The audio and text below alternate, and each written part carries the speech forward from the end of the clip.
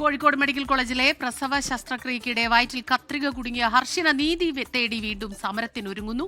ആരോഗ്യമന്ത്രിയുടെ ഔദ്യോഗിക വസതിക്ക് മുന്നിൽ ഈ മാസം 28-ന് സത്യഗ്രഹ സമരം നടത്തും. സർക്കാരിന്റെ തുടർച്ചയായ വഞ്ചനയ്ക്കെതിരെയാണ് സമരമെന്ന് ഹർഷിന പറഞ്ഞു. 6 വർഷം മുമ്പാണ് കോഴിക്കോട് മെഡിക്കൽ കോളേജിലെ പ്രസവ ശസ്ത്രക്രിയയ്ക്കിടെ ഹർഷിനയുടെ വയറ്റിൽ കത്രിക കുടുങ്ങിയത്. നീണ്ട നിയമ പോരാട്ടത്തിനൊടുവിൽ 2 ഡോക്ടേഴ്സിനെയും നഴ്സസിനെയും പ്രതിയാക്കി പോലീസ് കേസെടുത്തെങ്കിലും കുന്നമംഗലം കോടതിയിലെ വിചാരണ ഹൈക്കോടതി സ്റ്റേ ചെയ്യുകയായിരുന്നു.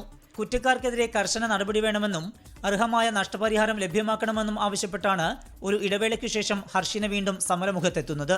കത്രിക എന്തായാലും ഞാൻ വിഴുങ്ങിയതല്ല എന്ന് ഉറപ്പാണ്.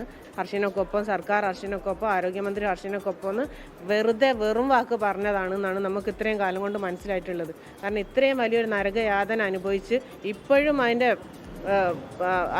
ബാക്കി പത്രം അനുഭവിച്ചുകൊണ്ടിരിക്കുന്ന എനിക്ക് ഇതുവരെ ഒരു തരത്തിലുള്ള ഒരു നീതി അല്ലെങ്കിൽ തുടർ ചികിത്സക്കുള്ള ഒരു സഹായമെങ്കിലും പോലും ചെയ്യാതെ ഹർഷിനൊക്കൊപ്പം എന്ന് പറഞ്ഞതിൽ എന്ത് ആ ഒരു വാക്കിനൊരു വില വേണ്ട. ഒരു സംസ്ഥാനത്തിൻ്റെ ആരോഗ്യമന്ത്രിയല്ലേ നമുക്ക് ഉറപ്പ് തന്നിട്ടുള്ളത്.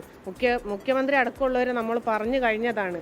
നീതി ലഭിക്കുന്നതുവരെ പോരാട്ടം തുടരാനാണ് ഹർഷിന സമരസമിതിയുടെയും തീരുമാനം. ഹർഷിന ഇന്ന് ഇവിടെ നിൽക്കുന്നത് വളരെ അവശയായിക്കൊണ്ടാണ്.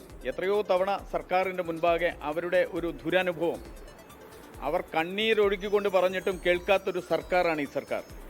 കഴിഞ്ഞ ഒക്ടോബർ മാസം ഞങ്ങൾ സെക്രട്ടേറിയറ്റിൻ്റെ മുന്നിൽ സമരം നടത്തി. ജനുവരി മാസം 28-ാം തീയതി ബുധനാഴ്ച മന്ത്രിവസതിക്ക് മുൻപാകെ സത്യാഗ്രഹം നടത്തുവാനുള്ള തീരുമാനമാണ് ഞങ്ങൾ എടുത്തിട്ടുള്ളത്. ഹർഷിന മന്ത്രിയുടെ വസതിക്ക് മുൻപിൽ സമരം നടത്തും. നഷ്ടപരിഹാര കേസ് ഈ മാസം 12-ന് കോഴിക്കോട് ജില്ലാ കോടതി പരിഗണിക്കും. 24 കോഴിക്കോട്.